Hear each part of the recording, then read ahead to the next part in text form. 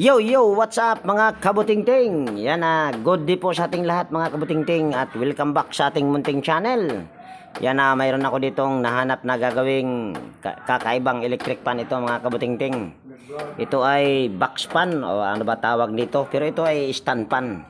Ang brand nito ay Emerflex at may kwento nito mga kabutingting.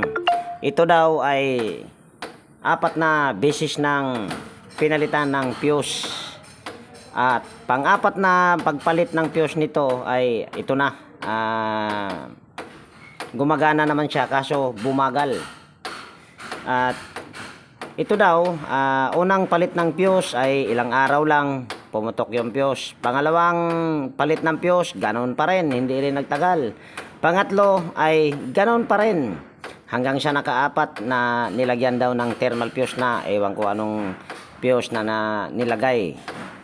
At ito, gumagana naman siya, kaso napakabagal. Yan, saksak ko dito yung power cord para makita nyo. Ayan napakabagal. At ano bang number na ito? Yan, naka number 3 na pala yan.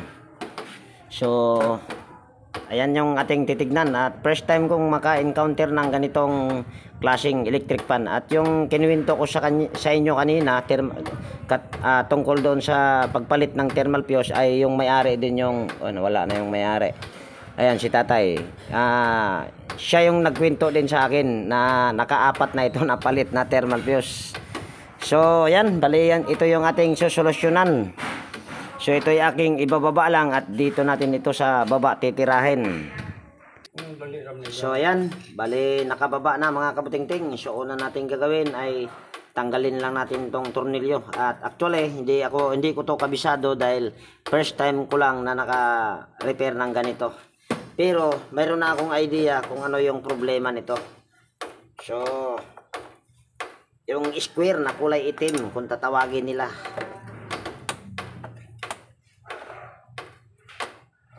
Kaya mahirap to mga kabutingting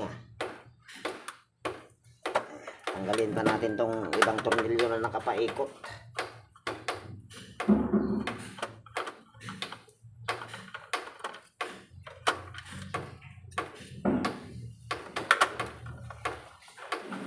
Andar na kita. Andar na. Motor may daot sila Ha? Motor. Andar. Ito sa mani mo. Gi-repair Ito? unang Giniwain? dili. Gi-repair lagi. Ang itanawa to, ngayon nga ang problema to, pindutan. Kaladyo rasiyahan. Ngayon nga pindutan, may problema ang pindutan atong motor may daot.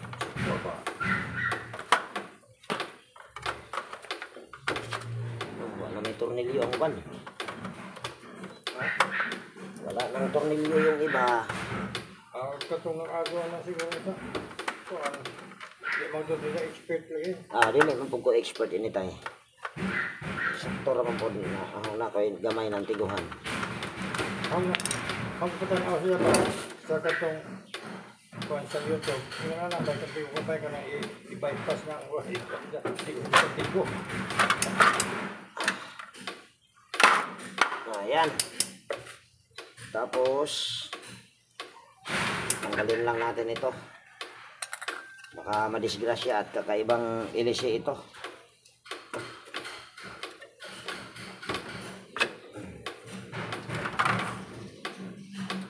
Gamit nito mga kabutingting ay hindi siya bushing. Bearing ang gamit nito. Yan, tanggalin lang natin itong isang tornilyo. Dapat dalawa ang tornilyo na nakalagay dito pero isa na lang yung ibinalik. So pwede na natin itong itaas.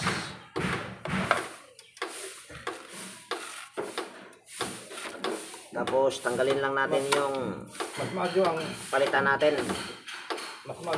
bearing ka sa bushing, no? Ay oo, mas matibay ang bearing tayo kaysa sa bushing.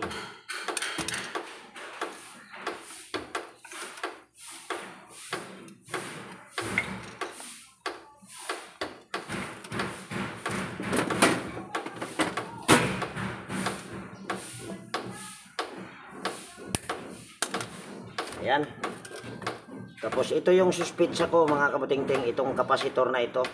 Nakalagay dito ay 1.8 microfarad. Puputulin muna natin.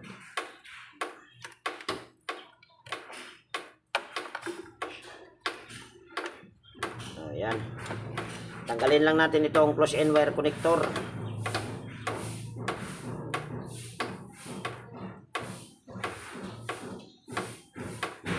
Okay, okay.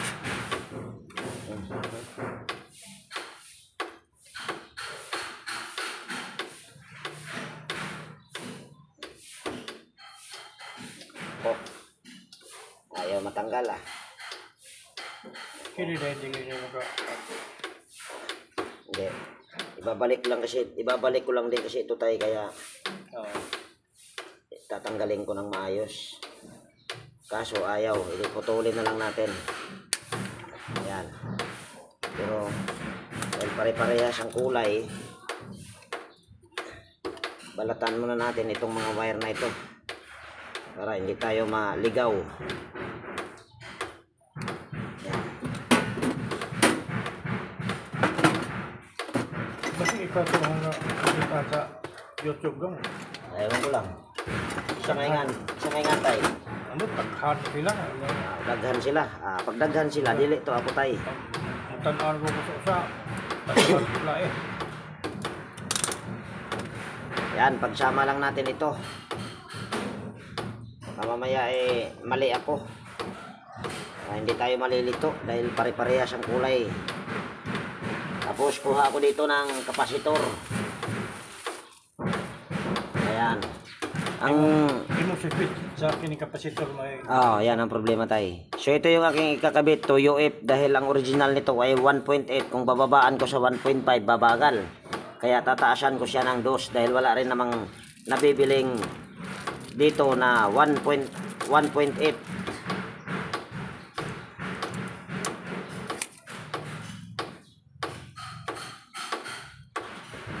Ano mo yung dali mo yung nababa doon yung branded ang tanim.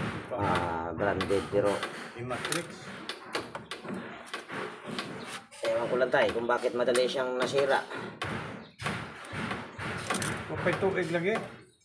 Wala pa daw isang taon ito mga kabutingting. 4 na beses na ginawa. Tama ba tayo? 4 na beses na ginawa ha.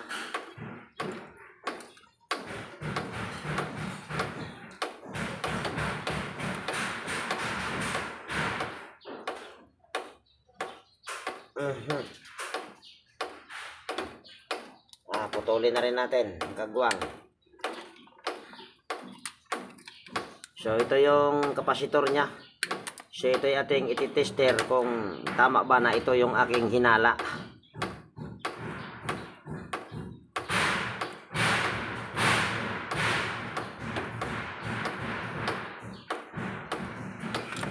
Yan, kuha akong tester.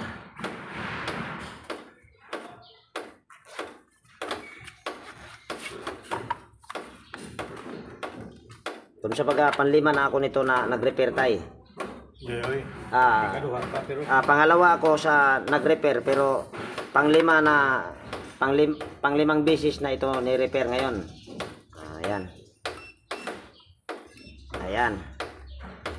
Capacitance pala. Kaso hindi ba yata kita yung ating tester ah. Ayan, kitang-kita na. So, testerin lang natin ito. Ito ay 1.8. Tester natin ito. Kung ilang microfarad na lang.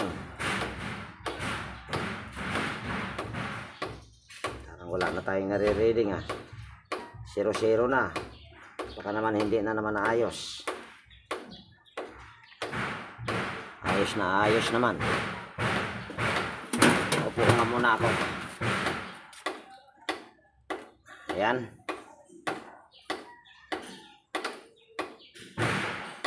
Wala na yata tayong nare-reading. Ito ay mayroon na lang tayo nitong nare-reading na 251 nanofarad. Ayan o. O 300. O ayaw na nga siya magpundo. Ayan o. Mayroon na lang tayong nare-reading na magulo tong aking tester. Ano ba tong tester na ito? Bakit magulo? pulupot nga natin. Yung isa lang. O ayan, mayroon na tayong nare-reading na wala na bang nangyari? Bakit 40 na lang? 41.76 nanofarad na yung nakalagay. Ayan o. So ibig sabihin, pwedeng ito ang may problema. So palitan na natin yan. Sabi niya ito original. Oh, yan yung original patay. Hindi pa napalitan yan tay.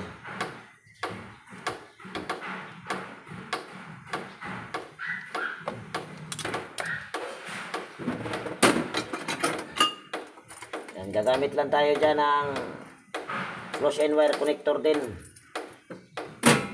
So ito, tanggalin lang natin yung nasa loob nito dahil ito ay sa junk shop ko lang to na binili.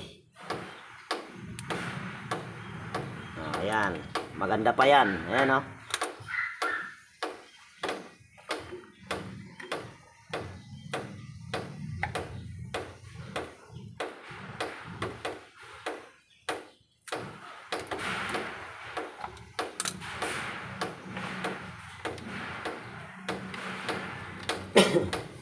Hindi ka naman pala nito malilito dahil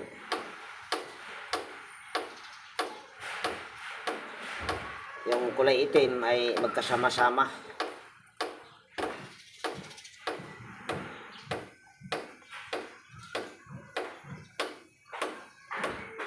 Tanggalin pa pala natin yung laman nitong kagwang. May laman pala kaya ayaw masuot dahil may laman pa.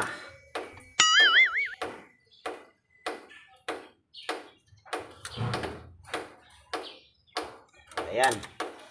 Tapos bago natin ito takpan or lilinisan ay testing muna natin ito.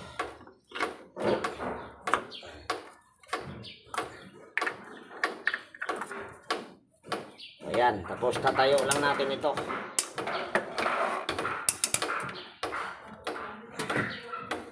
So ayan na. Kaso bumababa yung ano niya. Delikado. Dali. Tataas ko lang yung aking tripod. Hawakan lang natin yan. Baka madisgrasya. Patay ako nito. 4,000 pa naman daw ang bilhin nito. Mahal din pala itong kagwang na ito.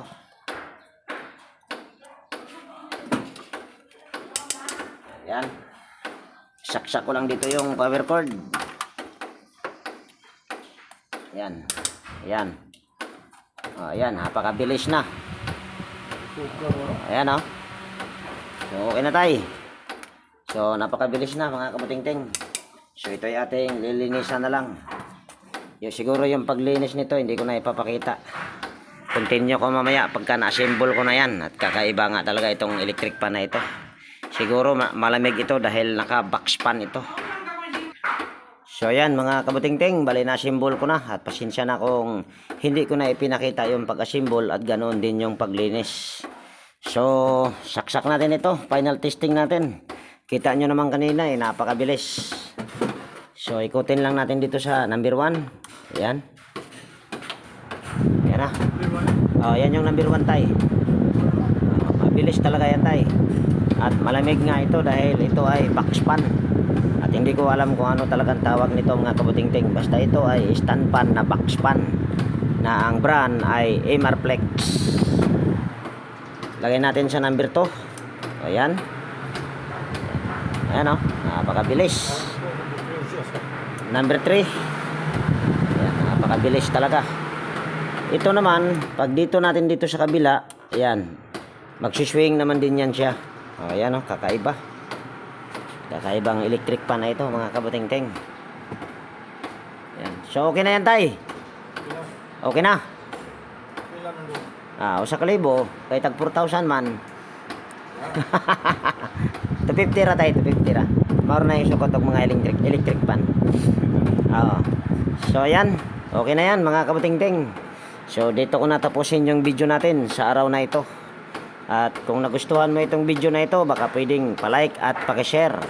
At higit sa lahat, kung bago kang napadpad dito sa aking munting channel, baka pwedeng hilingin ko na rin yung inyong pag-subscribe at pakipindot na rin yung notification bell at ilagay sa all para ma-notify ka pag mayroon akong mga bagong i-upload na video. So yan, laging nag-iwan sa inyo ng ingat tayo palagi at God bless po sa ating lahat mga kabutingting. Yan, bye bye na po!